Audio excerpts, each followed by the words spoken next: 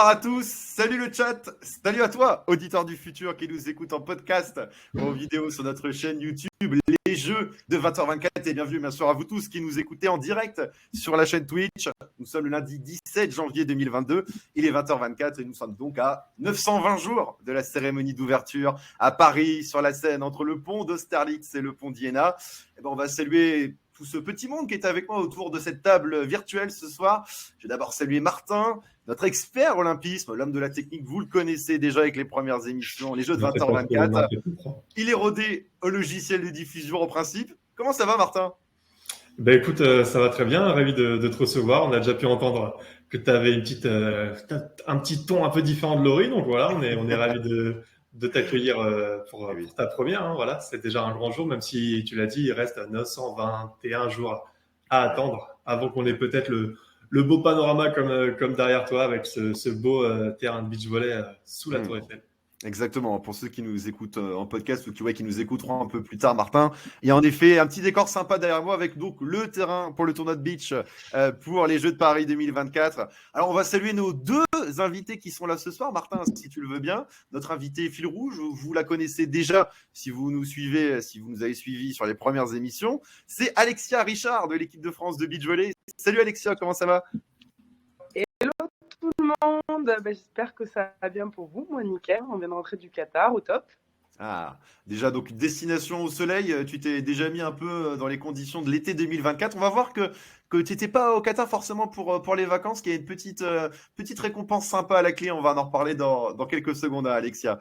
On salue aussi David Martin qui est avec nous ce soir. David, tu es le coach des équipes de France jeunes de beach volley, de Jones.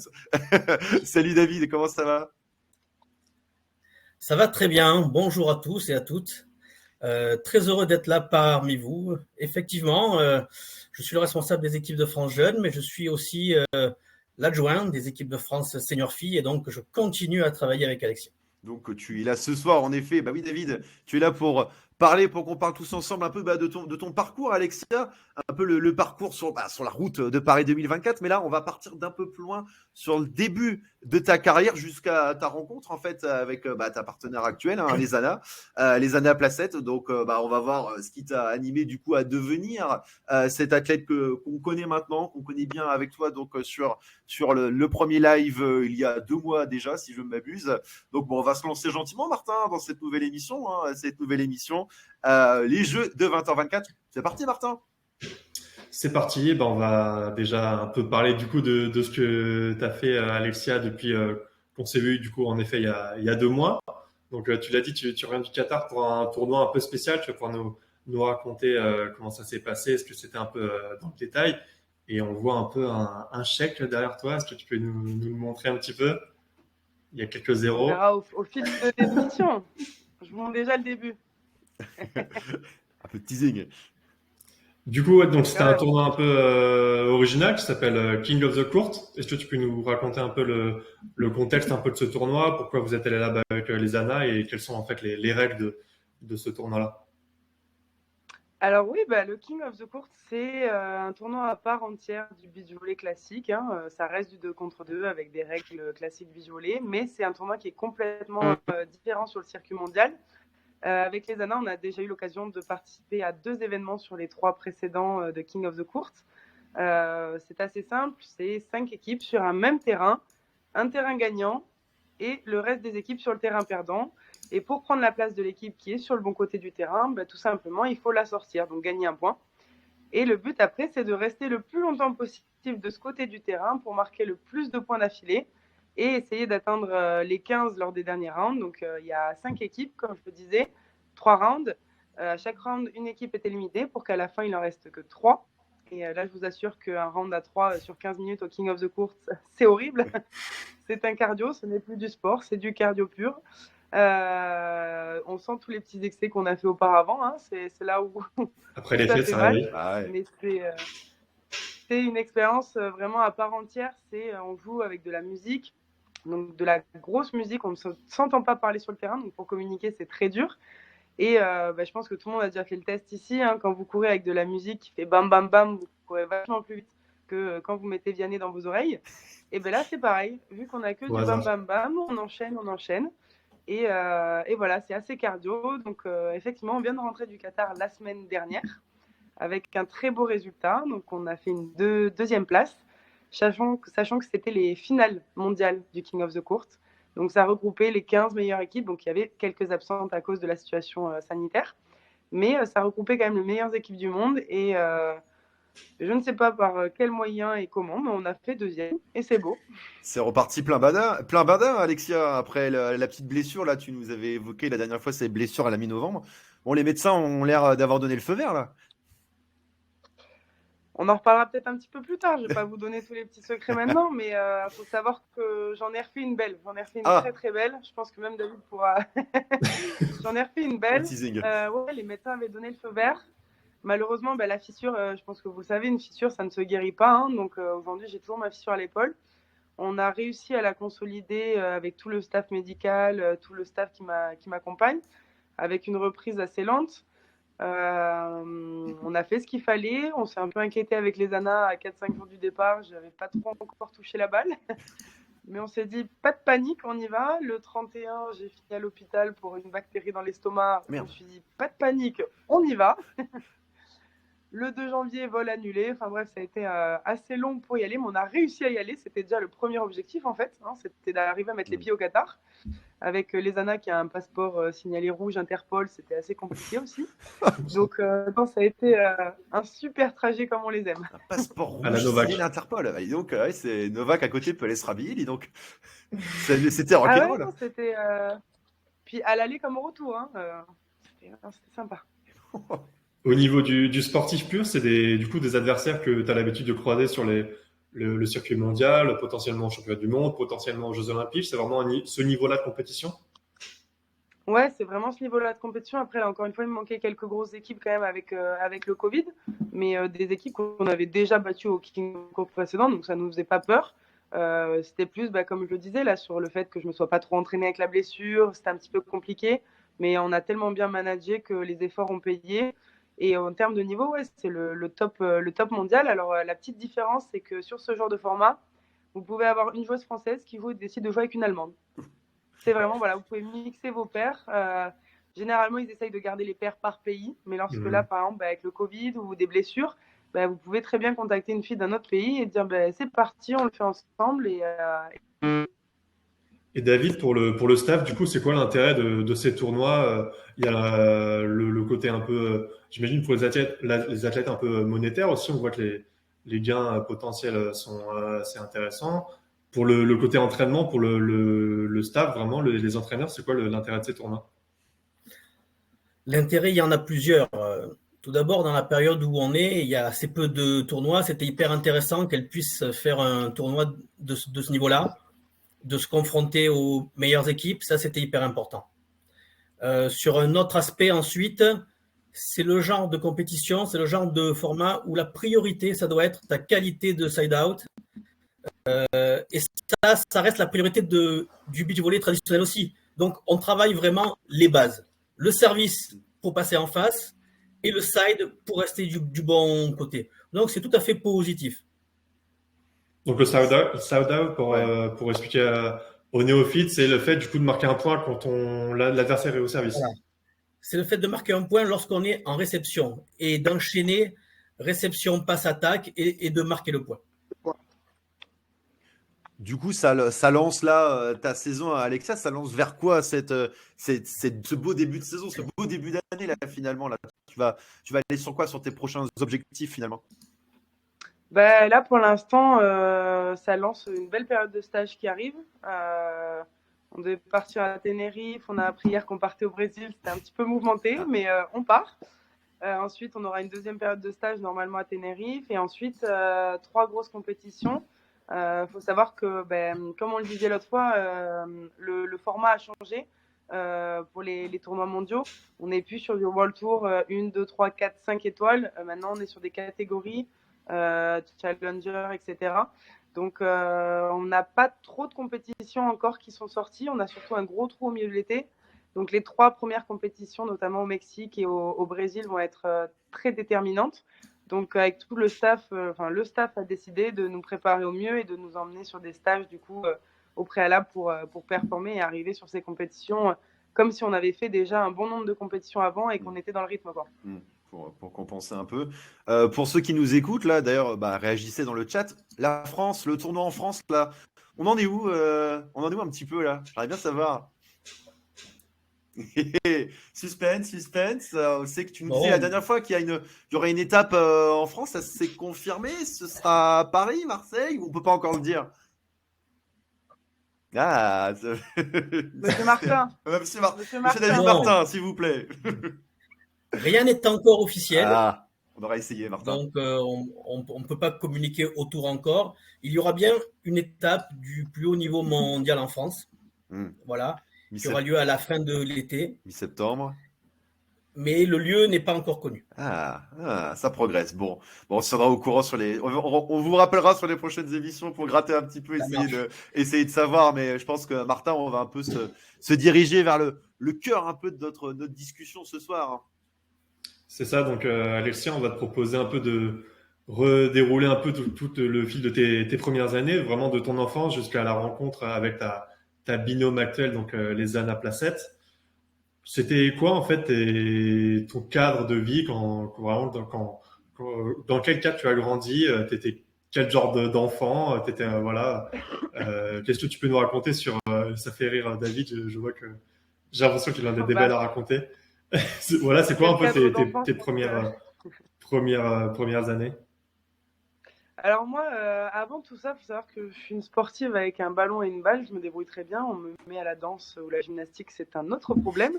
Mais avec un ballon et une balle, je me suis toujours plus ou moins débrouillée. Je suis passée par les équipes de France en tennis. Ensuite, je suis passée en équipe de France de volley de salle. J'ai bidouillé à l'athlétisme. On m'a proposé d'intégrer le pôle espoir à Marseille en football. Je suis repartie au volley. Enfin voilà, j'ai eu une jeunesse un peu dans plein de sports. J'étais toujours assez bonne, donc je me suis toujours bien débrouillée. En plus de ça, j'avais des parents qui étaient militaires. Donc, quand j'étais en équipe de France de tennis, par exemple, je faisais 6 mois à l'étranger, donc en Afrique avec mon entraîneur que j'amenais, 6 mois en France pour les compétitions. Et j'ai fait ça pendant 5 ans de ma vie. Donc, c'était assez rythmé, on va dire, depuis que je suis jeune. Et en fait, il s'est passé que je suis passée du tennis à l'athlétisme. Donc, à l'athlétisme, je faisais du lancer de poids et du lancer de javelot. Championne départementale, quand même, s'il vous plaît. Donc de là, je sortais du tennis, j'avais un bras énorme. On m'a dit, toi, va lancer des poids. J'ai dit super. Et puis, au bout de 2 mois, je suis rentrée chez moi et j'ai dit à ma maman, je veux pas faire ça. Ça c'est nul. Je m'ennuie. Elle me dit bon, d'accord. Donc elle m'a mis au volley. Donc là, David Martin pourra rentrer en jeu, mais on m'a direct attribué le poste de central. Donc la personne qui est au milieu, qui fait des pas chassés. J'appelle ça à gauche et à droite, en moyenne, et qui plutôt tape grand. un peu de ballon. C'est ça, mais pas un poste. C'est pas, voilà, je trouvais pas forcément un pur plaisir. Alors au début, c'est sympa quand on découvre, etc. Et puis juste avant de rencontrer David Martin, très clairement, je m'ennuyais, quoi. Je m'ennuyais. C'est un sport où il y a 6 personnes sur le terrain plus 6 remplaçants. En plus, on a le droit au coaching. Alors moi, le coaching pendant un match, c'est tout ce que j'aime pas. Donc c'était assez compliqué. Et puis un jour, il y a un monsieur qui est arrivé au Pôle France de Boulouris et qui nous a parlé du beach volley. Et moi, je me suis dit, ça a l'air sympa et tout, pas trop fatigant, sur le sable, au soleil, pourquoi pas essayer. Donc on a longuement, moi c'était déjà vite décidé dans ma tête, mais on a décidé et échangé avec David Martin. Et de là, il m'a proposé de venir faire les sélections à Toulouse. Des sélections dont on se souviendra, et je vais laisser David prendre la parole. Oui. On s'en souvient tous. Le premier stage, c'était pas beaucoup entraîné. Je crois qu'elle a réussi à se blesser en montant en escalier qui faisait 3 marches. C'était à quel âge à peu près là, David? On est à quel âge là pour Alexa? 17 ans? Peut-être. Oui. Hein? Et donc, comment ça s'est passé alors? Premier stage assez limité puisqu'on n'a pas pu voir grand-chose. Dieu merci, j'avais vu des choses quand j'étais allé la voir à Boulouris. Je l'avais vu aussi en compétition quelques semaines auparavant. Donc, j'avais déjà une assez bonne idée de la personne que j'avais en face de moi. Voilà. J'avais pas encore réalisé à quel point il y avait toujours de l'inattendu avec elle. Mais par contre, en termes de qualité technique, de qualité physique, tout ça, je l'avais quand même déjà assez bien cerné. Voilà. Qu'est-ce qui saute aux yeux justement quand on voit une joueuse de 16-17 ans comme ça et on se dit là, avec mon œil de technicien du beach volley, j'ai l'impression qu'il y a quelque chose à faire. Alors, on va pas se mentir, quand on la voit, la première chose qui saute aux yeux, c'est son gabarit, puisqu'elle fait quand même 1m84. Donc, c'est un gabarit qui est intéressant pour nous. Voilà. C'est les mêmes proportions. Ensuite, lorsqu'elle arrive sur le terrain, on voit qu'il nous reste du travail, ça c'est certain. Mais ce qui m'a sauté aux yeux, la première chose qui m'a sauté aux yeux, c'est d'abord sa qualité de main. C'est-à-dire qu'elle était très à l'aise et très précise avec sa main. Elle était capable de mettre le ballon n'importe où sur le terrain, les yeux fermés. Ouais. Ça, c'est une qualité qui est quand même très importante en beach. Et surtout à ce gabarit-là, c'est vraiment un plus. Et ensuite, ce qui m'a marqué très très vite, c'est à la fois le fait qu'elle était joueuse. Alexia, ce qui la caractérise, c'est que c'est une joueuse. C'est pas quelqu'un qui a appris et qui va réciter ses gammes. Le côté improvisation un peu, c'est ça? Voilà, c'est pas quelqu'un qui est scolaire quand elle joue. C'est quelqu'un qui a des grosses qualités d'observation, qui a des bases tactiques naturelles très fortes, qu'elle a pu développer peut-être dans ses autres sports. Et surtout, c'est quelqu'un qui ose. Elle ose tout. C'est-à-dire qu'il n'y a aucun geste qui lui fait peur, quel que soit le moment du match. Et ça, pour moi, cette qualité d'observation, avec cette qualité de main et cette qualité mentale de toujours être dans l'action, dans l'offensive, ça, c'est quelque chose qui m'a beaucoup plu. C'est la Erwin Gapet du beach volley, quoi. On n'ira pas jusque-là, mais il y a peut-être quelques points communs. Voilà. Déjà, les petites bases étaient là, quoi. Mais toi, Alexia, quand tu as commencé, tu te sentais comment? C'était, bon, je découvre, ou est-ce que tout de suite, j'y vais avec une approche là, vraiment de percer dans le beach? J'y allais pour percer, oui, mais j'y allais surtout pour battre tout le monde. Parce que je suis arrivée au Pôle France, j'ai intégré un groupe de 5 filles qui faisaient déjà du beach volley depuis 1 an, qui étaient un peu plus vieilles. Et je me suis dit, Alex, si tu fais pas ta place rien qu'au niveau du caractère, tu vas pas y arriver, tu vas te faire marcher dessus. Et je me suis dit, je vais être meilleure que elle. Puis quand j'ai atteint elle, je dis, je vais être meilleure que elle. Et puis ainsi de suite. Et puis celle qui m'a toujours guidée, c'était Margot Carrère quand même. Et je me suis dit, cette fille, il faut que j'arrive à la dépasser. Et ensuite, je pourrais gravir les échelons comme ça. Et c'est chose que j'ai fait année après année, du coup. Et aujourd'hui, maintenant, les personnes sur lesquelles je me vois, c'est le top 10, top 15 du beach volley. Maintenant, il faut que j'arrive à atteindre ce niveau, à les battre à chaque fois, à essayer de les accrocher, etc. Ça veut dire qu'il y avait déjà un peu la détermination. Tu l'as senti aussi, David, toi de ton côté, chez Alexia, cette détermination-là? Alors, je ne l'ai pas senti comme ça. Moi, j'ai senti surtout quelqu'un qui avait peur de rien et qui osait tout. Voilà. Donc, ça, c'était hyper important pour moi. Après, c'est vrai qu'on a cultivé ça. Hein. Je leur ai toujours montré les joueuses seniors de l'équipe de France comme une étape, comme défi à battre le plus rapidement possible pour pouvoir passer au-delà. Voilà. Ça a toujours été dans leur tête. Je dois atteindre le niveau de ces filles-là très rapidement pour les battre et pouvoir passer au niveau international. C'était entre guillemets le prérequis qu'on avait posé. Voilà. Et Alexia, ça c'est nouveau depuis le beach volley ou dans le tennis, dans l'athlète, tu avais déjà ce côté compétitrice à fond et vraiment envie de battre tout le monde? J'étais pire. J'étais pire parce que j'avais aucune notion de mes mots quand j'étais jeune, aucune notion de mes actions. Non, j'étais pire, mais maintenant j'arrive juste à me canaliser. J'ai gardé le mauvais côté, mais je le canalise. Donc tu es entre Ngapet et Benoît Paire, quoi, en gros, pour résumer. Ouais. Le beach volley rend un peu zen, alors. Le beach volley rend un peu zen, ça? Un peu zen, ça dépend, ouais. Hein, pas souvent. Ouais, je suis pas sûr. Ouais. Mais non, j'ai grandi, je me suis fait accompagner aussi de prépa mentale, donc j'ai beaucoup évolué là-dessus. Sur l'objectif, c'est vrai que ce que dit David, c'est important de cultiver quand on est jeune, nous donner un exemple des filles qu'on voit tous les jours s'entraîner sur le terrain d'à côté, et en fait, on peut pas y aller parce qu'on n'est pas assez forte. C'est quelque chose qui peut motiver. Après, chaque personne le prend et l'interprète différemment. Moi, c'est quelque chose qui m'a boostée. Je détestais être la dernière du groupe et je ne voulais pas l'être. Et je voulais être la première. Je voulais pas être la deuxième ou la troisième sélectionnée. Je voulais être la première, le premier choix. Donc c'est vrai que sur cette combativité et cette rage un peu que j'avais au fond de moi, c'est quelque chose qui m'a guidée. Et après, j'ai eu aussi la période, quand on intègre le groupe senior, se dire, bon, j'ai le même niveau qu'à côté, ça suffit pour rester dans l'équipe de France senior. Donc ça a été une petite période par laquelle aussi je suis passée et qui n'a pas duré longtemps, mais je me suis dit, Alex, en fait, si tu vises le niveau de tes copines qui sont à côté, tu finiras pas mieux classées qu'elles. Et aujourd'hui, elles sont pas bien classées. Donc il faut que tu vises au-dessus de ça. Et c'est là où j'ai commencé vraiment à me faire accompagner d'un prépa mental pour voir un peu plus loin, voir les objectifs réalisables, bien sûr, mais aussi le goal que je dois atteindre et toute cette motivation, la transformer en énergie encore plus positive, encore plus efficiente et pour arriver à atteindre mes objectifs. Du coup, David, quand tu vois Alexia arriver dans les équipes de France jeunes, on est, si je dis pas de bêtises, avant l'attribution des JO à Paris. J'imagine que c'était avant 2017. Bon, le 13 septembre 2017, ouais. Et donc, sans l'assurance d'avoir au moins une paire chez les filles, une paire chez les garçons qualifiée pour la première fois, je le rappelle, depuis 2004 au JO, si je dis pas de bêtises.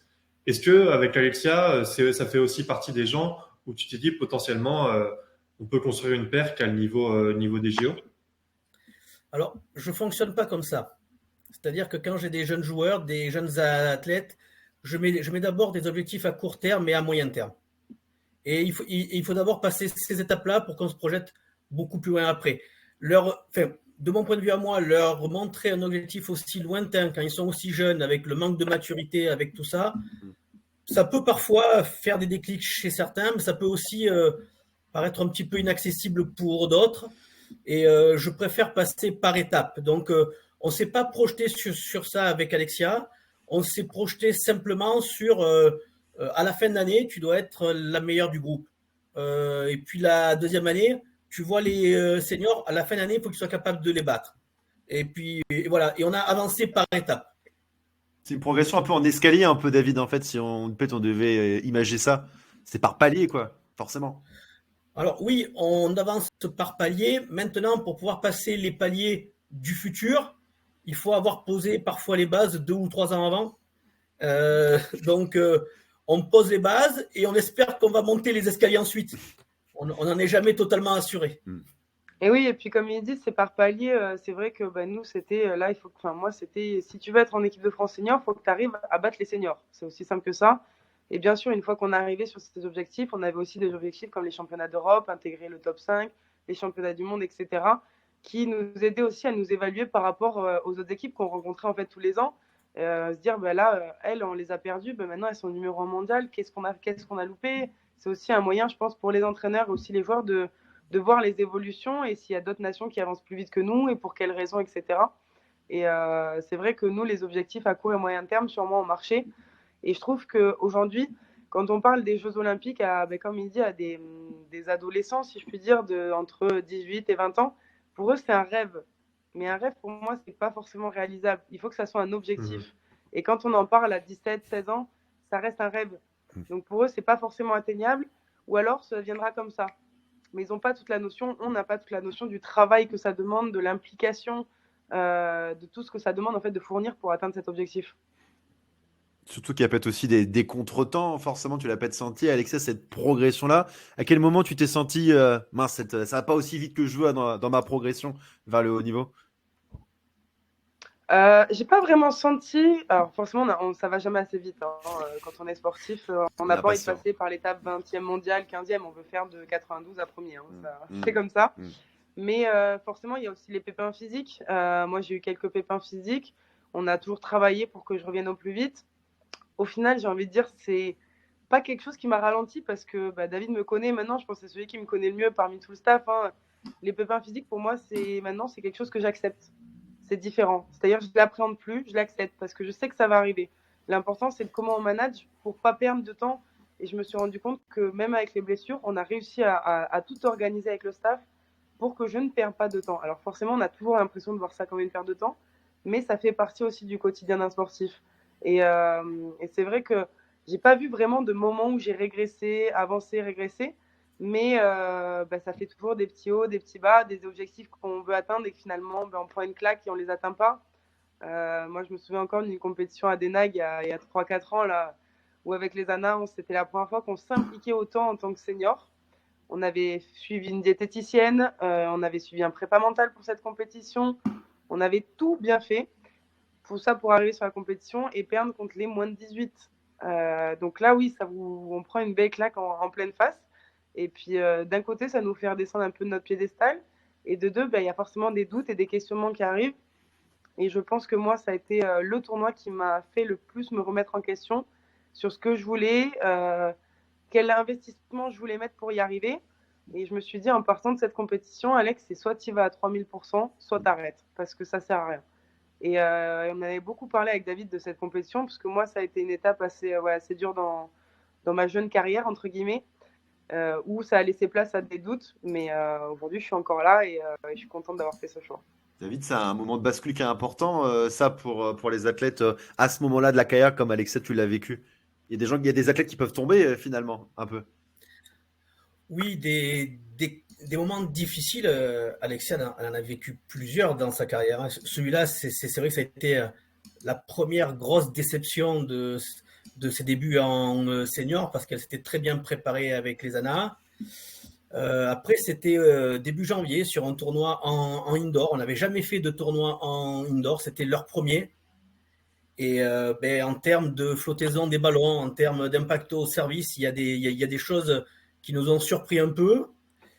En plus, contre une équipe plus jeune qu'elle, a priori, elles auraient dû avoir plus confiance. En fait, de ne pas y arriver, de se retrouver en difficulté, ça les a un petit peu perturbées. Elles ont commencé à douter. Et finalement, ça s'est retourné contre elles au dernier moment, alors qu'on pensait qu'elles avaient passé le cap à un moment du match. Je crois que ça a été pour elles une énorme frustration, une énorme déception, mais elles en sont ressorties grandies. Alexia l'a très bien dit. Elle a d'abord pensé que peut-être elle n'avait pas tout fait bien, puisqu'elle avait fait les choses différemment. On en avait parlé. Et puis non, elle s'est rendue compte que ce qu'elle avait fait, c'était bien, que c'était comme ça qu'il fallait qu'elle aille, et qu'il fallait accepter que de temps en temps, les choses ne se passent pas comme on avait prévu. Et il faut être capable, dans ces moments-là, de mieux gérer ses émotions, de mieux stabiliser sa situation mentale pour rester lucide et calmement terminer un match. Alors, c'est très facile quand on le dit comme ça, c'est beaucoup plus dur sur le terrain. Et je crois que c'est le grand enseignement qu'elle a eu, c'est-à-dire qu'il fallait qu'elle continue, mais il fallait qu'elle apporte un petit peu plus de temps, un petit peu plus d'effort à cette partie-là, à la partie confiance en soi, ne pas laisser insérer le doute, voilà. On a vu. Ouais, c'est exactement ça. Je pense que chez tous les sportifs de haut niveau, et on en avait parlé quand j'avais rencontré Valentin, etc., sur le chat, Ouais. à partir du moment où le doute il rentre dans votre tête, peu importe le sport, c'est mort. C'est mort. Si vous n'avez pas réussi à le contrer avant, à avoir assez confiance en vous pour ne pas que ce doute s'installe, c'est compliqué de remonter après, que ce soit pendant un match, une course, peu importe, c'est compliqué. C'est pour ça qu'aujourd'hui, tous les grands sportifs sont accompagnés de prépa mentaux, hein, pour travailler ça, se mettre dans des situations où ça arrive et comment on le gère, apprendre à le gérer en fait, tout simplement. À l'échelle d'un match et à l'échelle d'une saison ou d'une partie de saison, j'imagine aussi. Oui, c'est complètement différent. Après, comme dit David, moi, ça a été ma première grosse déception parce que j'avais fondé beaucoup sur ce tournoi. Et en fait, faut pas fonder d'espoir. Faut y aller, voir ce qui arrive, gérer au moment voulu la situation parce que chaque match est différent, chaque stratégie est différente, les stratégies adverses également. L'atmosphère n'est pas le même. Donc, moi, j'avais vraiment tout préparé pour cette compétition, mais j'avais même préparé la compétition avant qu'elle n'arrive. C'est-à-dire, je visualisais déjà mon match, j'avais prévu comment il allait se passer. Et ben, quand vous imaginez que vous partez à 3-0, même si c'est en 21 et qu'il y a 3-0 mais contre vous, ben, direct, c'est mort. C'est mort parce que vous avez créé quelque chose dans votre tête, vous avez un idéal qui ne s'est pas passé. Et quand on ne vous a pas appris à gérer ça, et ben, c'est compliqué derrière. Pour reprendre la question là de Valifolk qui est dans le chat, salut à toi Valifolk. On peut dire, Alexia, ce mental, tu dois constamment le travailler. Là encore aujourd'hui, tu disais que tu es accompagné en ce moment. C'est quelque chose sur lequel tu continues. Là, par exemple, le début de saison, pour se projeter vers la suite? Oui, bah oui, en fait, on est obligé, mais maintenant, j'ai surtout compris à quoi ça servait. Moi, j'ai mis très très longtemps à aller voir un psychologue du sport, un prépa mental. Malgré qu'au Krebs, on nous ait proposé, on a les personnes qui sont là pour nous accompagner. De mon passé personnel, les psychologues, je voulais pas en entendre parler. Je les insultais même avant de les voir. D'ailleurs, s'il y en a qui me regardent, je m'excuse. Hein. Mais non, c'était très compliqué pour moi, cette approche mentale. J'étais plutôt le genre de fille qui avait besoin de personne. J'ai besoin de personne pour y arriver et j'y arriverai et puis vous verrez. Et au final, aujourd'hui, je me rends compte que oui, j'ai besoin de personne pour y arriver, mais j'ai quand même besoin d'être accompagnée. Et c'est hyper important. Et c'est ce qui manque un peu aujourd'hui, je trouve, chez les jeunes, c'est que moi, quand je les vois, j'ai pas envie qu'elles refassent la même erreur que moi. J'ai envie qu'elles y aillent à fond, qu'elles soient accompagnées dès le plus jeune âge, qu'il y ait tout ça qui soit mis en place. Et c'est vrai que quand on a 17 ans, le prépa mental, on se dit à quoi bon? J'ai 17 ans, je suis bientôt majeur, je sais tout faire, moi. Ouais. Mais ça se passe pas comme ça après. Non, mais alors, je me permets de reprendre la parole une minute, Bien sûr. mais c'est vrai que ça fait partie de la maturité aussi du joueur. Les 2 premières années d'Alexia Paul, elle ne voulait pas entendre parler de préparateur mental, de psychologue, c'était impossible. J'avais beau essayer de lui vendre à toutes les sauces, elle ne voulait pas y mettre les pieds. Hein. Donc, bon, voilà. Sauf si tu me payais un McDo, David. Du coup, c'est le préparateur, enfin, c'est le nutritionniste qui est après content après. Qui fait la gueule après. On sera nutritionniste, Mato. Pas de souci. Donc c'est vrai qu'il a fallu attendre un peu, que les objectifs soient clairs dans sa tête, qu'elle se rende compte que c'était un vrai outil, que c'était pas un gadget, que c'était pas quelque chose de mal. Et ça, c'est quelque chose qu'il faut vraiment expliquer aux jeunes joueurs, aux jeunes athlètes qui ont des ambitions. Il n'y a rien de mal à se faire accompagner par un préparateur mental. Si tu as une super relation avec ton coach et qu'il y a une vraie confiance, commence avec ton coach. Il va déjà t'aider. Si tu as besoin de faire de la visualisation, si tu as besoin de faire des choses en plus, il y a des gens qui sont spécialistes de ça. On n'est pas malade parce qu'on va avoir un préparateur mental. Hein.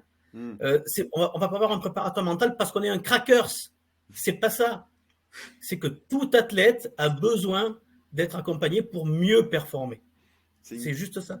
Une partie nécessaire dans la progression d'un athlète qui ambitionne de monter sur la boîte au jeu. Bien sûr. Ça fait même partie des... Il y a la diététicienne aussi à côté. Moi, j'ai pris confiance. C'était compliqué. Alors, la diététicienne, c'est encore un autre sujet. La première fois, on veut pas. La deuxième fois, on veut pas voir la réalité en face. La troisième fois, on l'a en face et on prend une énorme claque et on se dit, on va jamais y arriver. Et puis après, on se remet nos objectifs en tête et on y arrive. Mais il y a quand même des passages aussi, quand on est jeune, à 17 ans, croyez vraiment qu'on a envie de peser 90 grammes de féculents, on n'a pas envie. Et puis d'un coup, paf, vous remettez vos objectifs en clair, vous refaites un petit brainstorming dans votre tête et puis ça part, quoi. Mais il y a plein de choses comme ça où je suis d'accord avec David, il n'y a pas de mal à être accompagné. Et moi, c'est vrai que j'ai été poussée par David à me faire accompagner, etc. C'est vrai que je n'y arrivais pas, donc c'est plutôt David qui a pris ce relais quand j'étais jeune. Mais je trouve que dans beaucoup de sports, quand je regarde autour de moi, que ce soit au beach volley, mais pas que, hein, les jeunes n'ont pas encore l'importance et n'ont pas eu le déclic de l'importance de ces métiers-là, d'être accompagné par un prépa, d'être accompagné par une diète, de pouvoir se livrer à son coach, d'avoir confiance. Il manque des fois ce genre de truc qui fait que tu arrives plus vite au niveau, en fait. Tu gagnes du temps. Je trouve que ça fait partie à l'échelle de la société des domaines dans lesquels le sport a beaucoup à nous apprendre. Quand on voit des personnes très solaires qu'on admire, pour lesquelles on a beaucoup de respect, qui ont des parcours qui, vu de l'extérieur, sont incroyables. Quand on écoute des personnes comme ça, je pense à Teddy Riner souvent, qui est un de ceux qui a pris le plus la parole sur son suivi psychologique.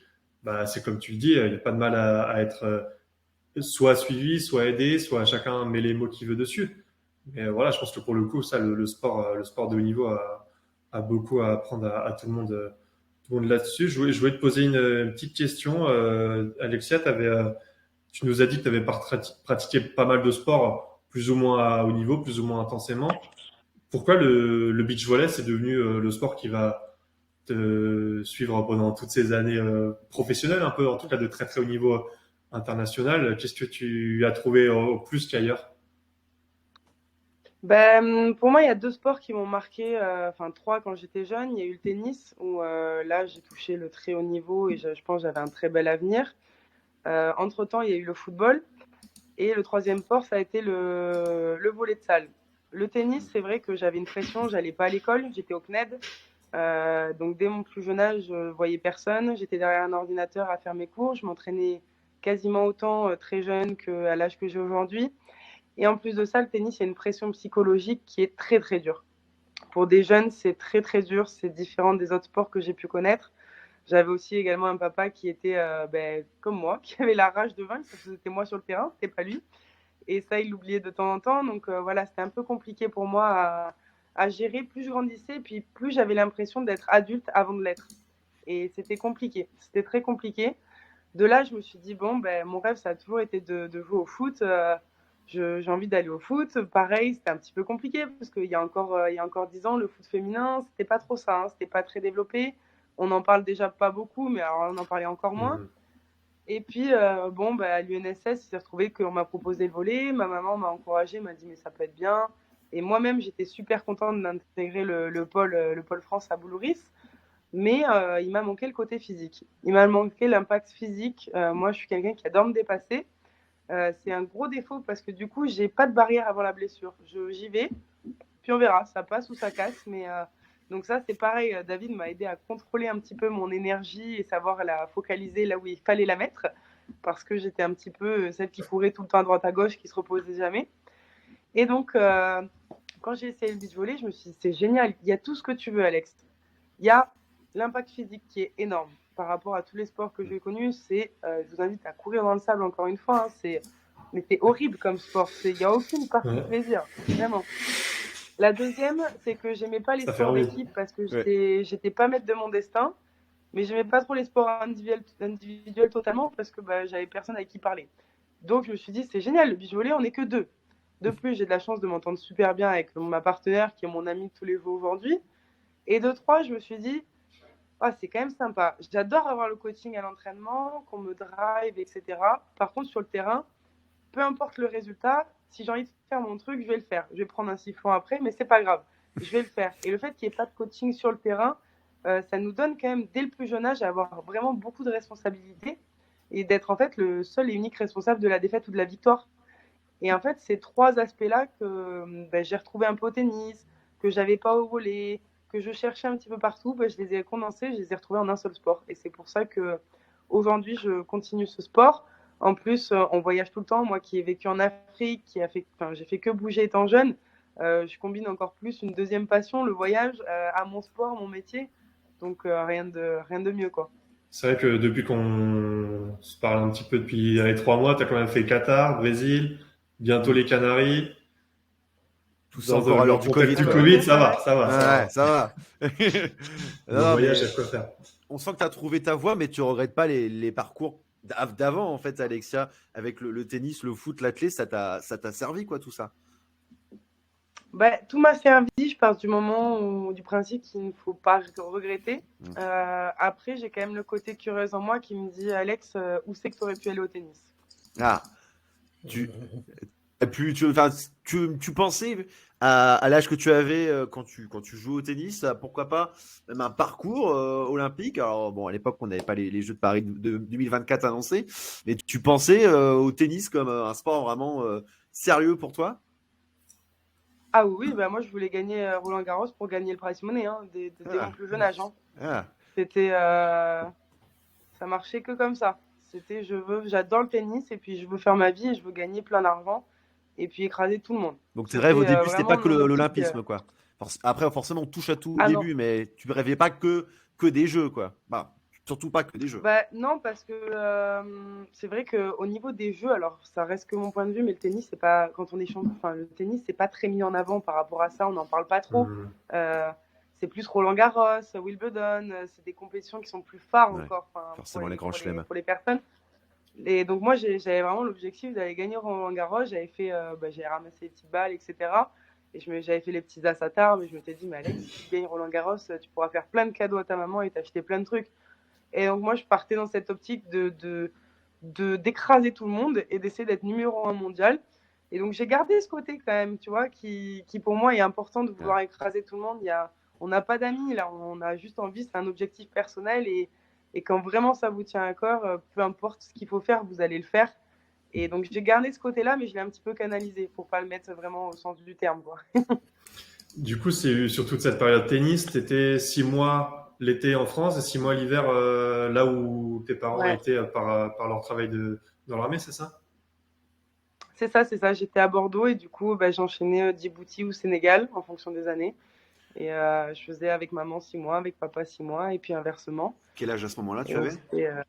j'étais jeune, j'avais 10-12 ans. Ah oui, ça forge aussi tous ces longs voyages.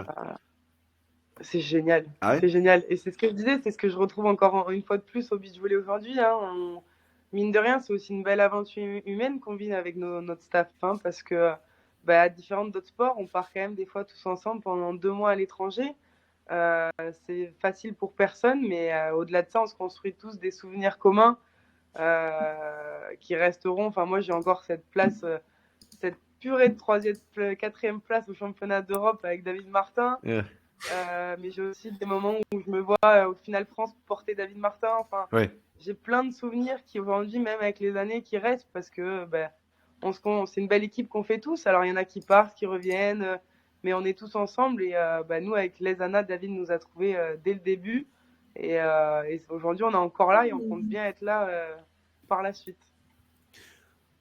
Donc David, en fait, on peut arriver, comme toi Alexis, on peut arriver d'un parcours avec d'autres sports, ça servira pour le beach volley aussi. On peut piocher comme ça, prendre des choses, arriver sur un terrain de beach volley et performer.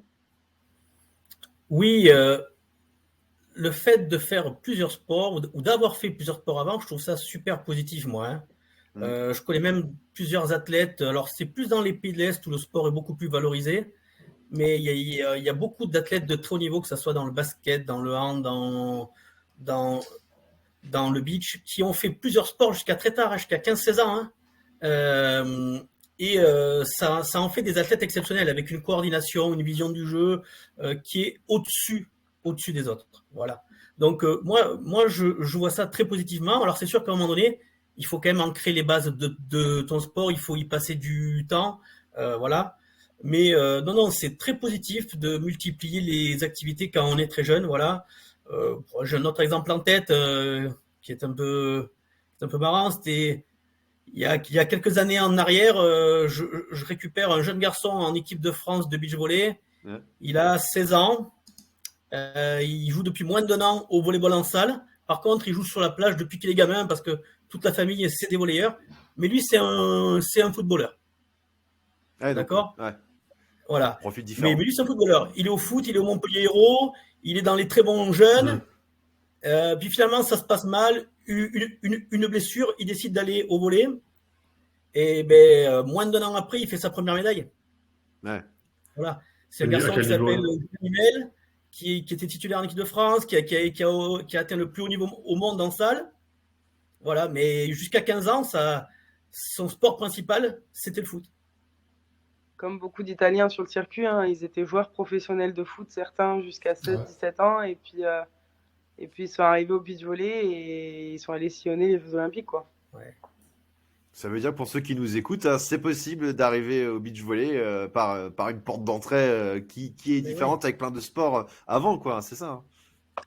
En vrai, après, au beach volley, il faut, oui, c'est sûr, il faut pas être très petit. Même si on est petit, il y en a qui arrivent, hein, mais il faut surtout de la persévérance et du travail, comme dans tous les sports.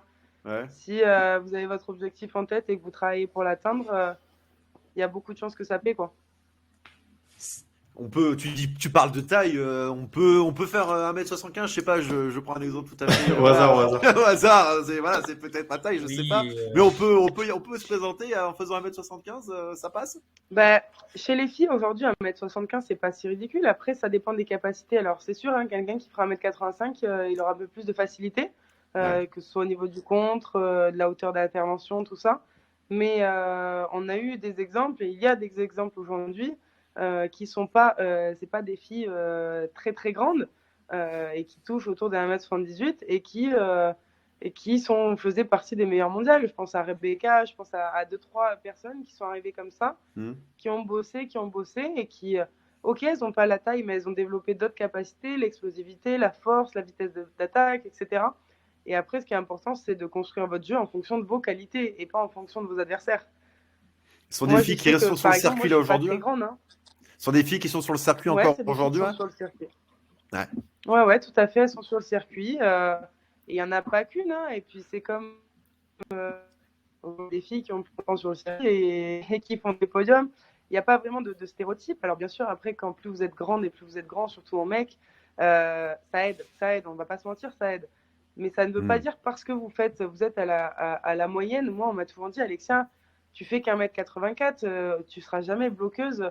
Au beach volley, ça va être compliqué. Hein. Puis on était là avec David Martin à dire si, celle-là, on la laisse au bloc. C'est passé. Ah ouais, mais ça va pas être facile. 1m84, c'est pas énorme, c'est pas grand, mais c'est pas non plus très petit. Moi, j'étais un peu au milieu.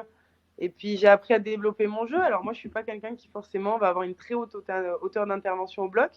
Je vais plus reculer et j'ai plein de capacités de contrôle de ballon avec mes mains, une main, un coude, qui font que je vais pouvoir défendre tout autant qu'une fille qui est grande au bloc. J'ai juste appris avec l'aide de mon staff à développer mon jeu en fonction de mes qualités. Et ça, c'est le plus important. En tout cas, tu crées de l'espoir dans le chat. Hein. On a Alexis qui nous dit « Je mesure 1m87. Ai-je une chance d'aller au JO dans 2 ans ? J'attends ma première convocation à David. J'imagine que cela risque d'être difficile du haut de mes 1m68. » Ouais, quand même, 68, c'est peut-être un peu… Alors, plus compliqué. David. Attention.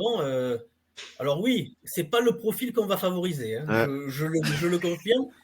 Mais j'ai quand même atteint une fois une demi-finale mondiale en U19 avec une jeune fille qui faisait exactement ce gabarit-là. Ouais. Oui. Ah, donc on a aujourd'hui sur le circuit mondial une jeune Russe qui doit faire en 69, en 70 et qui doit être dans le top 25, dans le top 30 mondial. Donc ça existe. C'est très difficile.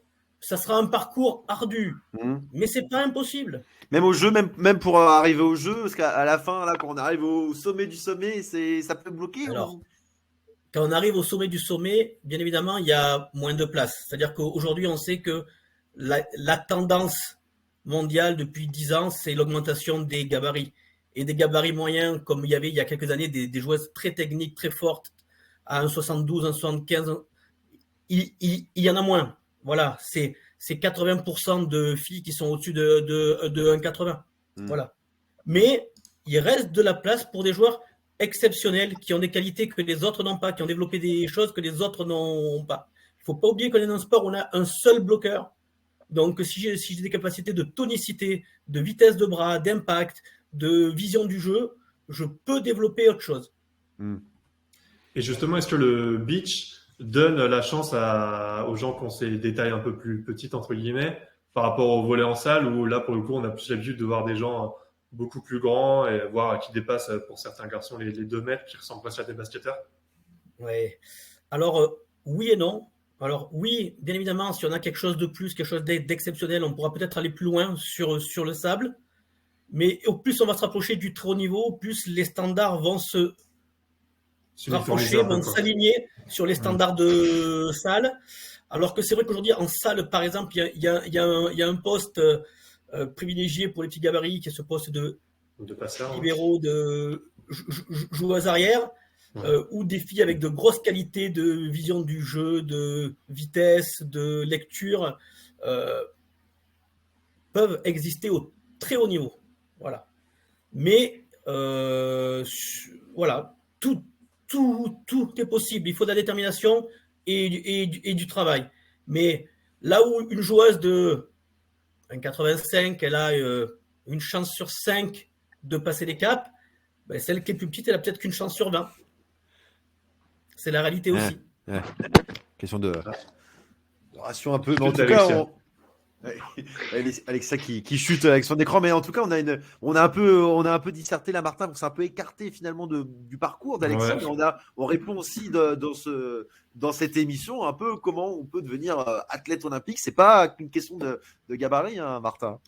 Ouais, moi j'avais une phrase qui m'était revenue un peu en tête en vous écoutant à David et Alexia. C'était pendant une interview que j'avais faite avec Jean-Guillaume Béatrice, le biathlète, après la fin de sa carrière. Il m'avait dit que le sport de haut niveau, ça rend adulte très tôt, mais ça conserve l'adolescent très longtemps aussi. c'était un peu ce paradoxe qui était, je trouve, super bien résumé, que vous avez bien développé, voilà, cette capacité à se prendre en main, à s'entourer en même temps, du coup, à aussi avoir des choses qui mettent plus de temps à germer. Est-ce que c'est comme ça, du coup, que vous l'avez soit vécu pour Alexia et David, que c'est comme ça un peu que tu abordes l'accompagnement que tu proposes? Bah, je pense qu'il avait quand même oublié que ça fait vieillir aussi le sport de haut niveau. Ouais, Ça, c'est Oui, quand même important de le préciser. les Parce courbatures. qu'à 40 ans, je sais pas comment je serai. Mais non, c'est vrai, on est direct dans le grand bain en fait. Pour la plupart, dans tous les sports, on est vite invité à quitter le domicile familial et à être en internat. Donc déjà, ça nous fait grandir aussi sur cet aspect-là, qui est la vie privée, mais qui est important dans le sport de haut niveau. Et à côté de ça, oui, ça nous fait grandir très très vite et on a toujours ce côté heureux comme un enfant quand on gagne un tournoi, quand on gagne un match. On a toujours les mêmes émotions et ça, j'ai l'impression que ces émotions, elles changent pas. Il y a juste la prise de conscience de l'importance qui change, mais l'émotion en elle-même, elle change pas. Peu importe quand je gagnais à 18 ans ou quand je gagne aujourd'hui à 25, c'est la même. C'est très intéressant. Ça, tu dis que tu gardes ce plaisir-là d'y aller, même si la charge de travail varie. Ouais, ben oui, enfin, moi j'ai toujours fonctionné comme ça. Quand j'ai arrêté mes sports, mes différents sports précédents, j'ai arrêté parce que j'avais plus de plaisir. Et le jour où j'ai plus de plaisir au beach volley, j'arrêterai également. C'est pas le cas. Je fais tout. Aujourd'hui, je m'éclate au beach volley. Je vis vraiment. Je sais pas mon métier, moi, c'est vraiment ma passion. Je me lève le matin, je pense beach volley. Ouais. Sur mes jours off, bon, faut pas le dire à la fédération, mais j'ai 2 ballons ici. Je m'éclate. Ça reste entre Désolé, nous. David. Mais, non, j'ai toujours un ballon de beach volley. Dans ma voiture, j'ai un ballon de beach volley. Enfin, c'est vraiment. Aujourd'hui, c'est mon métier, c'est une passion, c'est mon passe-temps. C'est vraiment quelque chose qui me rend heureuse quand je le fais, quand je le pratique et quand je gagne un match, un tournoi. Il y a juste la signification et l'importance. Aujourd'hui, je sais que c'est important de gagner tant de points sur un tournoi. Gagner une place, c'est énorme. Avant, je ne l'avais pas, mais vraiment la sensation, l'émotion que je ressens quand je gagne un match, quand je gagne un tournoi, c'est la même et ça ne change pas ça. Et c'est ça que je veux garder à tout prix. C'est cette âme de jeunesse, entre guillemets, juste de la gagne, quoi. C'est beau, David, ce qu'on entend là. C'est beau, mais c'est primordial. Ouais. Les gens oublient trop que la vie d'un sportif de haut niveau, c'est d'abord une vie de sacrifice.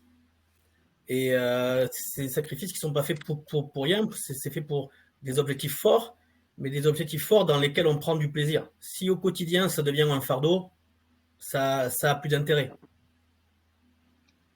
Donc, il faut garder cette âme d'enfant, il faut garder ces petits plaisirs, que ça soit parfois au travers de petits jeux d'échauffement plus ou moins amusants, plus ou moins intéressants. Il faut savoir que je me retrouve toujours avec David Ampère pour les petits jeux d'échauffement. Et voilà, sur lesquels on n'aime pas perdre et on va se bagarrer comme quand on avait 10 ans dans la cour de récréation pour gagner le point. Ben voilà, c'est des petits rappels. C'est des petits rappels que ce sport, c'est d'abord un jeu. Il faut y prendre du plaisir et dans le cas d'Alexia, c'est plus facile pour elle parce que c'est naturellement une joueuse. C'est quelqu'un qui aime jouer avec ses adversaires. C'est quelqu'un qui aime tromper son adversaire, qui aime jouer avec. Donc, j'imagine que tant qu'elle aura ça, ça se passera bien. On en revient un peu Paris 2024 en s'amusant. C'est clair. On en revient un peu à la discussion qu'on avait au début sur ce tournoi à Doha, un peu avec des règles un peu originales. Ça permet aussi, j'imagine, de garder un peu de fraîcheur, d'y aller un peu plus relâché, peut-être. J'imagine que sur un tournoi plus classique, type Coupe d'Europe ou Championnat d'Europe, Championnat du Monde. Justement, moi, je me suis fait la promesse, là, en rentrant du Qatar, que j'avais déjà tendance à exprimer mon jeu, à tenter des trucs, des deuxièmes mains en passe, des deuxièmes mains pied au sol, des services courts, enfin un peu de tout. Et en fait, les règles au King of the Court, les règles beach volleyballistiquement parlant, c'est les mêmes. C'est les mêmes qu'au beach volley classique en tournoi. Et justement, on a eu une grosse discussion avec les Anna et je lui ai dit, je suis désolée Les, mais maintenant ça va être mon jeu, mais tout le temps. J'ai tendance à le faire à 50% sur les compétitions à l'international, mais il y a une part de moi qui est aussi raisonnable. Et en fait, je me rends compte que moi, j'ai vraiment besoin de ça. J'ai encore plus besoin de ça que je pouvais le penser. C'est un peu d'humilier l'adversaire, de refaire des coups qui sortent un peu de l'ordinaire. Et j'en ai besoin, en fait. C'est mon moteur, c'est mon gazole. Et c'est vrai que là, en rentrant du Qatar, je me suis dit, mais Alex, c'est bien, tu le faisais, mais je suis sûre que tu peux faire mieux. C'est ton tempérament, quoi. Plus, quoi. C'est ton tempérament quand tu es en match. C'est c'est comme ça que tu le caractérises. C'est ce que nous dit Valley Folk. C'est ce qu'il te pose comme question, en tout cas. Ton tempérament quand tu es en match. C'est comme ça que tu le définis.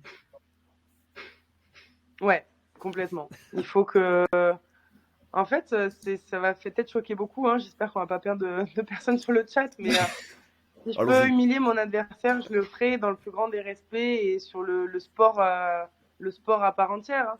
Mais parce que je sais que vous prenez le top 15 des équipes mondiales, si elles peuvent me mettre 21-2, elles me laisseront pas aller chercher le 3e point. Elles me mettront 21-2.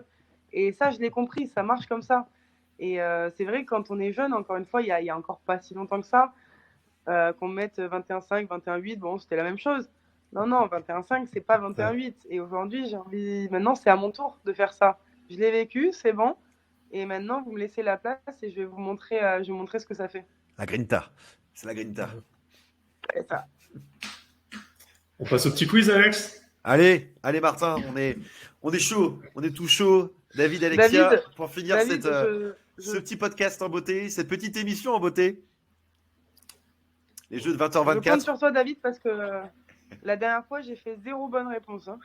Donc, on peut répondre à la volée, alors. La dernière fois, Martin, c'était des petites questions un peu originales sur le beach volley. On a eu des questions assez croustillantes pour ceux qui n'ont pas écouté l'émission. Ouais. Tu avais notamment parlé de pays où il n'y avait pas de mer, c'est ça, mais qui avaient participé au jeu. Je ne sais pas ce que tu nous as concocté ce soir, mais bon, là, on est chaud. Alors là, l'idée, c'est qu'on va un peu reprendre les règles du King of the Court. C'est-à-dire que vous allez jouer chacun pour vous, avec un des joueurs qui va être dans la position du King, donc qui va pouvoir marquer des points. Un autre joueur dans la position du Challenger, donc s'il répond bien, il va pouvoir prendre la place du King. Et une troisième personne qui va du coup être comme au bord du terrain de beach, donc qui va attendre de prendre la place du Challenger. Ça rigole plus. Est-ce que le chat peut jouer ? Le chat va jouer. Oh là là. Et le chat, en fait, vous allez avoir un rôle très important parce que vous allez pouvoir permettre de marquer pas 1 point par bonne réponse, mais 2 points. Si le chat a la bonne réponse, on bonifie. Voilà. C'est un peu l'astuce que j'ai trouvée pour essayer de mettre le chat à contribution. Allez, le chat, là, on est là. Allons-y. Donc, il y aura à la fois des questions de rapidité et des questions où on cherchera un chiffre, donc il faudra être au plus proche. Donc, à chaque fois, je vous dirai un peu quel type d'information on cherche. Alors bon toujours pas de buzzer par contre, hein, Martin. Toujours pas de buzzer. Hein. Je m'attendais à des buzzers là pour cette nouvelle émission. On claque dans sa main. Le budget arrive. N'hésitez pas à envoyer votre cagnotte dans les commentaires. Allez, on laisse David et Alexia commencer. Du coup, tu es dans la peau du troisième homme. Vas-y. Donc j'attends sur le côté. Allez. Vas-y. Alexia, je te propose d'être dans la position de la Queen ou du King. Je sais pas comment on dit au Qatar. Donc, on va commencer du coup avec une question sur le Qatar, voilà, où il y aura un peu des questions sport, des questions un peu plus culture G. J'ai essayé d'en préparer un certain nombre, mais je sais pas si ça suffira. L'idée serait d'arriver à 5 points. Donc voilà, question donc pour Alexia et David. David, si tu réponds bien avant Alexia, tu prends sa place. Alexia, si tu réponds bien, 1 point. Et si le chat a la réponse, c'est 2 points. Je vais vous demander de me citer les pays frontaliers avec le Qatar. Bahreïn. Alexia, tu n'aimes pas trop la géographie, Alexia, je crois, c'est ça. Il faut croire qu'il y a encore 6 ans, je pensais que la Belgique appartenait à la France. Aïe. D'accord. Les mots sont durs. Les mots sont durs. On embrasse bien sûr tous nos auditeurs belges. Si, David, vraiment, tu sais, il y a des fois où je sais laisser la main. Là, c'est avec plaisir. Ouais.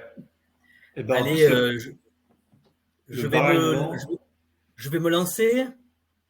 Je vais dire le Bahreïn. Ouais. Non.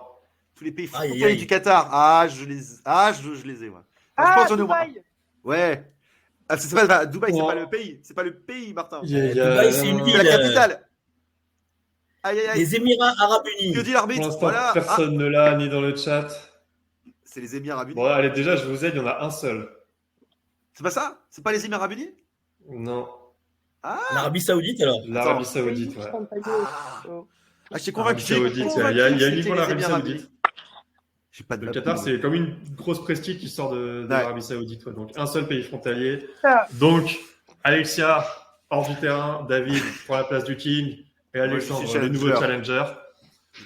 Et David toujours prend la main. 0 point pour tout le monde. C'est la crise. Alors, Corentin me dit qu'il avait répondu. En effet, je ne l'avais pas vu ou alors Ah, il y a c'était un le peu en chat. retard. C'est pas grave, c'est pas grave. Bon, Ouais. bref, de toute façon, personne n'a trouvé. Allez, on va rester sur une petite question Vas-y. Qatar. Qatar, toujours.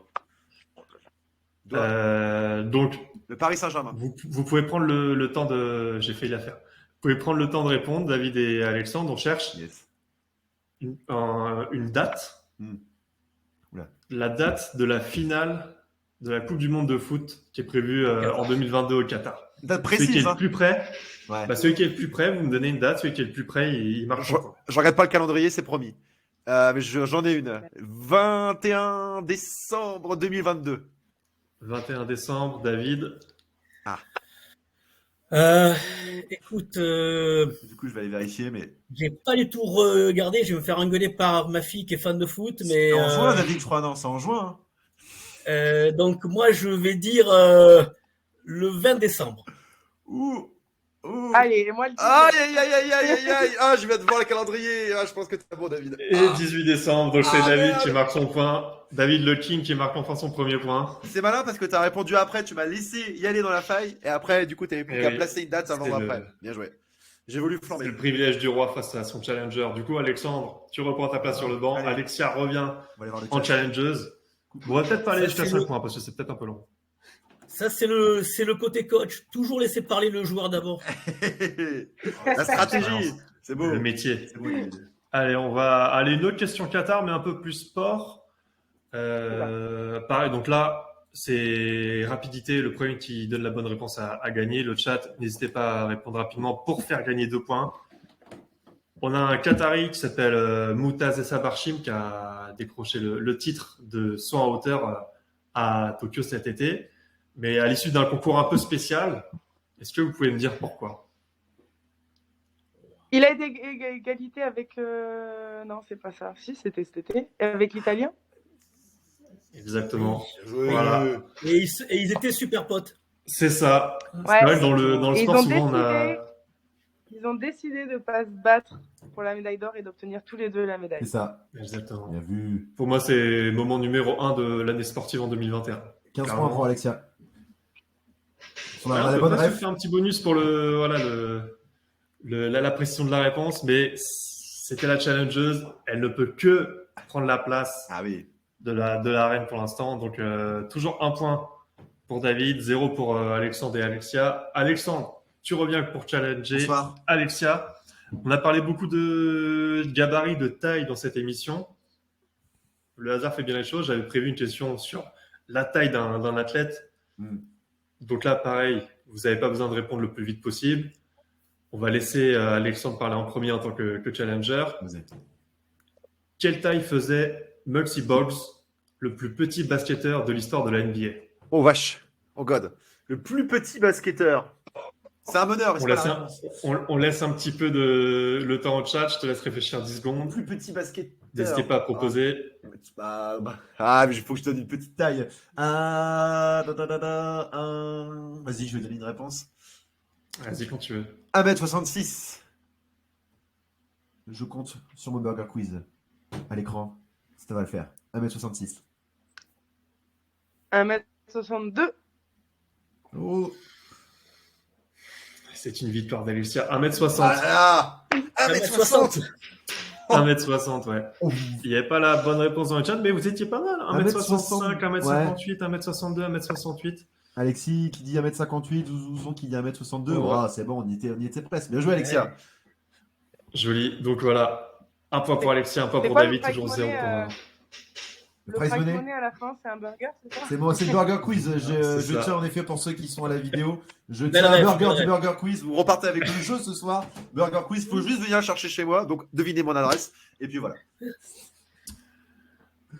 Donc, Alexandre, retour sur le banc. Décidément, le temps de jeu n'est pas du tout optimal pour ce joueur français. Ouais, j'ai des aises en tant que remplaçant. On retrouve David en challenger d'Alexia. On va maintenant parler de tennis. Les premiers amours d'Alexia. Le tennisman Marcelo Rios a été numéro 1 mondial pendant seulement 6 semaines. C'est pas énorme, mais il est à part dans l'histoire du tennis parce qu'il a été le seul numéro 1 mondial à, et je vous laisse finir la phrase. Oh là là, c'est beau. Il a fait un truc que aucun autre numéro 1 mondial n'a fait dans l'histoire du tennis. Il n'a remporté aucun tournoi. Le gars était là, mais numéro 1 mondial. Il passait par là. Je sais pas, il faut trouver un truc. Ah ouais, C'est quoi, c'est- J'ai presque envie de l'accepter. Oh ah, Et Alexis a la bonne réponse précisément Ok. s'il n'a jamais Ouais, un tournoi ouais. du Grand Chelem. ah, Aucun tournoi du Grand Chelem. Il n'a jamais gagné un des 4 tournois majeurs. Et c'est C'était le bien ce que je seul. voulais dire. Ouais, C'était bien ce c'est que ça. je voulais dire. Oui. Ça, Même quand évidemment. il était petit, j'imagine que voilà, au tennis Oui. club de la pierre qui roule, je ne sais pas comment ça s'appelait. attends, mais chez c'était lui. c'était en quelle année? Bah non, il y avait des grands chelems. C'était, je sais plus du tout quelle année c'était, les années 90, je crois. Oh, Ouais, bah oui. ouais. Ah oui, bah oui, il y avait des grands chelems, forcément. J'étais même pas un fœtus. Allez, David, là, bien joué, franchement. Et donc, Alexis, c'était, toi, et tu demandes dans le chat comment il s'appelait, c'était Marcelo Rios. Rios. Donc, David, king du cours, Alexandre Challenger. Autre question tennis, allez. David et Alexa Gaël, sont mon en grande fils. forme, hein. Bravo, franchement, respect. Et toi, 0 point. Merci, Donc, merci, il ne fallait pas le dire, ça, toi, fallait pas le dire. On se concentre. va chercher la place du roi. Allez. Avec une nouvelle question de tennis, Gaël, mon fils, a fait beaucoup parler de lui en cette année 2022 en raison de son matériel. Pourquoi Oh. exactement? Oh, putain. Oh putain! Est-ce que c'est lié à son nouvel équipementier? Faut que tu m'en dises un peu plus, mais tu es sur la bonne voie. Si c'est le nom de l'équipementier, je crois que je l'ai, mais je sais pas. On peut tout dire. On peut C'est tout pas dire. exactement ça. Hein. C'est pas exactement ça. D'accord. Question de. Il a changé de sponsor, je sais pas, ou Il s'est fait remarquer pour son sponsor. Je crois qu'il est équipé par Decathlon maintenant. Ouais. Ah, je Dis-moi, l'ai, Alexia. le chat, ils l'ont. Vas-y, Alexia. Vas-y, Alexia. Il a changé tous ses équipements. Ouais, c'est ça. Bah, en fait, il est vraiment parti avec la marque en effet de Decathlon qui s'appelle Artengo du coup pour tous les sports de raquettes. Et il est passé des trucs super hypés à la raquette de Monsieur Tout le Monde. Mais en effet, dans le chat, ils ont été très forts. Ils l'ont tous sorti. Ouais. Artengo, Bam Bam, Alexis, Zouzou, juste pour mater. Tout le monde l'avait. Donc, On va suivre son parcours. bravo à Gaël. tous. On va suivre son parcours avec les En raquettes. même temps, il avait rien fait depuis un moment et là, d'un coup, il fait un truc bien au tennis et pas mis par chez Artengo. Personne n'a compris. Ouais. Mais leur opération de com à eux est très bien. Franchement, Ah, j'avoue. bien joué. Parce que sur toutes leurs autres marques, je sais pas, en volet, s'ils développent des choses. Alors, si. En volleyball de Copaya. salle, ils sont sur All Six. Et en beach volley, ils ont développé une marque un petit peu en lien avec nous qui s'appelle Copaya. D'accord. Avec des trucs assez sympas en plus. Ouais. Bah, écoute, donc ça on se verra comment développe. ça évolue. Hein. Ah bah, ça. Enfin, de là à voir Between équiper une équipe de cyclisme ou des gens courir 2h05 au marathon Attends. en Kalenji. Je Là, pense j'ai que- deux. Bon, là, on fait une parenthèse, mais G2R en cyclisme, ils n'ont pas été à un moment. Ils sont en BMC là. Ouais, mais avant, il n'y a pas une histoire avec la marque de cycle de Decathlon. Bon, on fait une digression, mais Ça me dit rien. on vérifiera. Vérifier Dites-nous dans chat. le chat, Voilà. il y a 2-3 experts cyclisme. Je crois qu'ils auront peut-être la réponse, mais ça me dit rien. Ouais. Donc, on a 2 points pour David, 2 points pour Alexia. Alexandre, toujours 0. Tu retournes Ouais. sur le côté. Allez. Je vais essayer de vous trouver une petite question un peu. Qu'est-ce que j'avais prévu d'autre? Allez, une petite question Qatar encore. Allez, un peu plus culture G. Pareil, on cherche un chiffre. Donc, vous avez le temps de répondre. Alexia, comme challengeuse, tu dois répondre en première. On va parler du classement des pays en fonction des émissions de CO2 par habitant. À quelle place le Qatar se classe sur ce classement? Le Tu plus... demandes ça à une Ah non, je ne peux pas te laisser te dévaloriser comme ça. Ok, C'est une émission où on alors, s'informe, en tout cas. j'essaie de comprendre. C'est une émission où on va se coucher tous moins bêtes. Bah...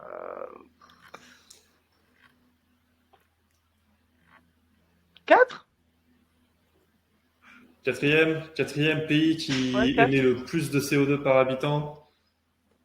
David, on te laisse commencer. Écoute, si il suffit d'être plus près de la bonne réponse, je vais dire cinquième.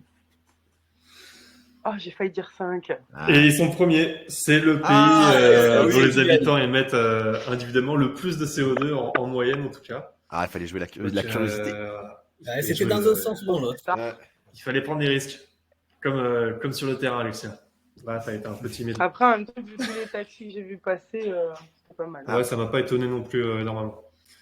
J'en profite de vous parenthèse. pour vous dire quand même que j'ai fait un truc. La J'ai parenthèse. fait un truc que personne n'a fait, je pense, et que personne ne fera. C'est que je suis partie d'un taxi au Qatar en courant sans payer avec les aspas. Oula. Ah oui, Ah oui, d'accord. on en est là. Et pourquoi? Enfin, Et parce que celle-là, tu avais vu la réponse là. parce qu'il y avait écrit qu'il prenait la carte, il y avait écrit qu'il prenait la carte bleue sur la vitre. Et Ah. il m'a dit cash, et j'ai dit carte. Il m'a dit cash, et Allez. j'ai dit biobi joba.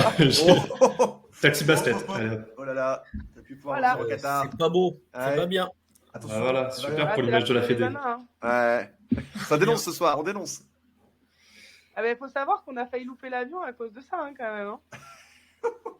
Donc, tu aurais pu faire l'émission depuis le Qatar, finalement, grâce En direct. à ce Ben, cher ouais, taxi c'est ça. driver. On décollait à minuit 45, à minuit 20, on était encore en train de remplir les papiers pour enregistrer les valises. Parce que le taxi nous a gardé 1 heure dans son... On n'avait pas de cash, on n'avait pas de solution. Ils ont essayé de trouver des Ah oui, donc il y a quand même automates eu là, des gosses. pour payer. Ouais, il y a quand même eu Ah des oui, gosses, oui, quoi. non, mais ça a duré 45 minutes. Et on leur a dit, je suis désolée, on peut pas, on va louper notre avion. On a payé plus de 1500 € le billet chacune. Enfin, je m'en fiche de vos 9 €. Hein, Hmm. Du coup, on a dit non, on part. Putain. On a commencé à partir en marchant. Et puis là, on a vu qu'il y avait vraiment personne dans la file d'attente de notre avion. Donc on s'est mis à courir. Il a couru, mais pas assez vite. Ça sert le cardio dans le sable. Il vient maintenant de Fermer boutique, chauffeur taxi. Aïe, aïe, aïe. Terrible. Allez, petit point sur les scores. On a David qui est Non, toujours pas du coup, forcément. Pas forcément un point sur les scores, Martin. On peut avancer. Non, vas-y. David qui est en dehors du cours, mais qui a 2 points. Alexia, 2 points. Qui peut. On va passer à 3 points pour gagner quand même, parce que 5, Ah. ça faisait peut-être un peu beaucoup. Alexia, donc, qui prend la position de la reine du cours. Et Alexandre qui revient pour challenger Alexia. Je suis. Allez, Je reviens. pareil, on cherche un chiffre qui est plutôt une durée. On cherche le record du Vendée Globe. Combien de jours, combien d'heures, combien de minutes, combien de secondes? Le record du Vendée Globe. Alexandre, à toi de parler en premier. Aïe, aïe, aïe. Attends, t'as dit con. Oh là là, Attends, il faut les minutes en plus et les secondes. Attends, mais déjà, on va. Ouais. Les jours, bah déjà, à mon avis, je pense qu'on va se concentrer sur les jours. Hein. Ah putain, la vache. Bah attends, Vendée Globe, ils partent en. Des jours? Je vais pas dire vote. Ils partent, ils reviennent là, donc. C'est un tour du monde, hein, donc quoi que Oui, ce soit oui, le point de départ. Oui, forcément, ils reviennent. Hein, ils reviennent au sable. Mais, Ah là là là là. 46 jours. 46 jours. Oh, 46 jours. Ouais, ça, ils vont très vite. C'est un avion. Ah, c'est validé, c'est validé. Hein. Je réfléchissais à voix haute. Ils vont en jet ski ou quoi là? Ouais, c'est un peu rapide. Non. Ouais, non, bah. Non, mais allez, je vais rester. Non, mais je vais dire, car j'ai dit 46, je suis honnête, mais bon, c'est Ouais, pas ça. puis tu vois, Zouzou Zonzon nous dit 43 jours, 23 heures, Ah ouais 46 secondes. Hein, donc Attendez. c'est pas forcément. Maintenant, je regarde la n'importe réponse, quoi. mais je le dis pas. Pour faire un tour Et- du monde. Ah, vas-y, je vous laisse aller. Ouais, bon, d'accord. Je veux pas. Allez, bonne soirée. Bon, allez. 80, 90, 83. Merde. 83 jours, Bon, allez, bonne soirée. pas mal du tout. Ouais. C'était non, 74 jours, 3 heures, 35 minutes et 46 secondes. Putain. Donc le troisième point pour Alexia qui s'impose Oh là là. sur ce Queen of the Court. Bravo. Bravo. C'est une victoire. Bon, on n'a pas le chèque qui va avec, hein. Désolé, on n'a pas les 10 000 à lâcher. Oh là là, la reine du Bien, cours, bien. elle a mis sa couronne. Elle a mis sa couronne. Oh, c'est beau. Je l'ai pas gagné, mais volé. Belle couronne. Ah, aussi. Ah, donc tu voles tout en fait. Ah, je crois que c'était un truc de gagner des rois. C'est magnifique. Bravo Alexia. Voilà. Bien joué. C'est mérité. Merci. Félicitations. La reine de l'émission Hop qui gagne qui gagne sur ces sujets. Mm. C'est une belle fin, Alexandre, Martin. 0 points. Merci, on Je est crois pas que obligé. c'est quelque chose dont on se souviendra sur ce live. Oui. Une performance majuscule. Bien sûr, bien sûr. On va passer à autre chose. Hein. On va assister sur autre chose, Martin. Ouais, bah écoutez, je crois qu'on va même pouvoir Yes. s'arrêter là pour cette émission. Dire que c'était un bon petit moment. Remercier David qui a répondu à notre invitation dans la journée, au pied levé. C'était vraiment C'était un plaisir. très agréable de t'entendre parler de sport en général et d'Alexia en particulier. Merci encore à Alexia de nous avoir suivis dans notre aventure qui a débuté du coup il y a 3 mois et qui va encore nous suivre pendant 2 ans et demi. Je vous rappelle, hein, si vous êtes nouveau sur l'émission, donc on suit 4 athlètes, dont Alexia, donc de J-1000 jusqu'au JO de Paris. Pour nous suivre, le plus simple, c'est les petits réseaux sociaux. On vous met tout sur un petit écran de fin juste après avoir remercié tout le monde. Et on se retrouvera dans 2 semaines. Du coup, Alexandre, j'espère que tu seras encore à nouveau de la partie. Avec grand plaisir, Peut-être. Martin. N'hésitez pas à nous suivre hein, sur les réseaux pour faire progresser le projet, pour parlez-en autour de vous. Les jeux de Martin, on peut peut-être dire pour ceux qui vont nous écouter là, le hashtag ou l'arrobase qui va bien sur les réseaux pour finir en beauté. Les jeux de Paris 2024, les jeux de 20h les jeux de 20h24 tout attaché. Les jeux de Les 20h24. jeux de 20h24, retenez tout ça. attaché avec un petit H sur Instagram, Facebook. Sur Twitter, j'ai pas été très bon, j'ai fait un pseudo un peu bizarre, mais il sera écrit juste après. Donc voilà, si vous voulez rien louper, n'hésitez pas à venir nous suivre sur les réseaux sociaux. Merci encore à tous les 3, c'était un super moment. Merci à tous ceux qui ont été dans le chat, Alexis, Corentin, et ceux même qu'on a vu, Bali, Folk, juste pour mater, je reprends un peu tous les pseudos qu'on parlait, Nini45. Merci à tous, c'était vraiment super sympa et on se retrouve dans 2 semaines du coup. Rendez-vous le lundi 31 janvier du coup, 20h24. Salut à tous. Allez, ciao. Au revoir. À bientôt, bonne soirée. Merci à tous. Merci, bye bye.